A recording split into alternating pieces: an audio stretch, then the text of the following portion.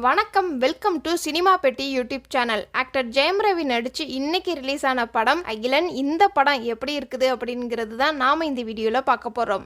இந்த படத்தோடைய கதை என்னன்னு பார்த்துடலாம். இந்திய பெருங்கடல் வழியாக எல்லா இல்லீகல் செயல்களையும் செய்கிறாரு வில்லனான கபூர். இவருக்கு கீழே வேலை செய்கிற பரந்தாமன் தமிழ்நாட்டு வழியாக இல்லீகல் செயல்களையும் செய்கிறாரு. இவருடைய அடியாட்களை திறமையானவராக நம்ம ஹீரோ அகிலன் வராரு. பரந்தாமனுக்காக பல கொலை, கொள்ளை, கடத்தல்னு பல விஷயங்களை அகிலன் செய்கிறாரு. ஹார்பரில் வேலை செஞ்சுக்கிட்டே இல்லீகல் வேலையை செய்கிறாரு நம்ம ஹீரோ.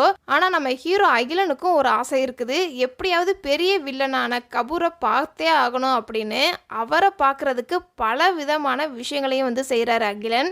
ஒரு கட்டத்தில் கபூரையும் பார்த்துறாரு. அகிலனுக்கு அவர் மூலமாக மிகப்பெரிய ரிஸ்கான தொழில் செய்கிற வாய்ப்பு ஒன்று கிடைக்கிது. இதை யார் கரெக்டாக செய்கிறாங்களோ அவர் தான் இந்திய பெருங்கடலின் ராஜான்னு கபூர் சொல்லிடுறாரு. இந்த விஷயத்தை கையில் எடுக்கும் அகிலன் கச்சிதமாகவும் அதை செஞ்சு முடிச்சிடுறாரு.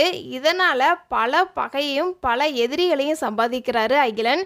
அதுக்கப்புறம் என்ன நடந்துச்சு, எதுக்காக அகிலன் இதையெல்லாம் செய்கிறாரு, அவருடைய உண்மையான நோக்கம் என்ன அப்படிங்கிறது தான் இந்த படத்துடைய மீதி கதை.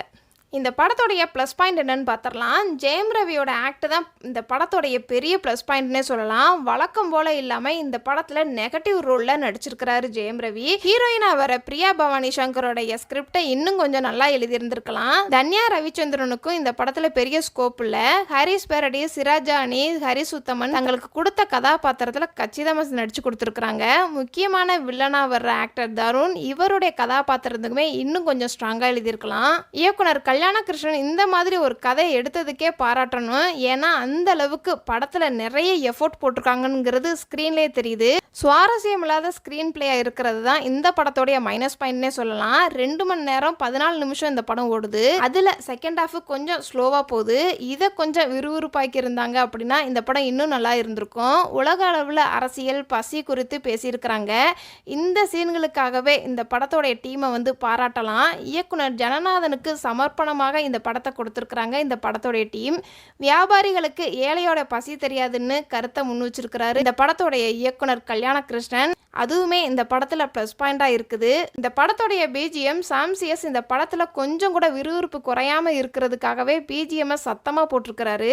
இந்த படத்தோடைய சினிமோட்டோகிராஃபியை கண்டிப்பா பாராட்டியே ஆகணும். ஏன்னா ஹார்பர், கடல், கண்டெய்னர், கப்பல்னு கண்ணுக்கு குளிர்ச்சியா காமிச்சிருக்கிறாங்க. நீங்க இந்த படம் பார்த்துட்டீங்க அப்படின்னா உங்களுக்கு இந்த படம் எப்படி இருந்துச்சு அப்படிங்கிறத கமெண்ட் பாக்ஸில் கமெண்ட் பண்ணுங்க. இந்த மாதிரி மூவியோடைய ரிவ்யூ, மூவியோடைய update, hidden details, mistakes video நீங்கள் இன்னும் தெரிஞ்சுக்கணும் அப்படின்னா நம்ம சேனலை சப்ஸ்கிரைப் பண்ணுங்கள். டாடா, பாய்.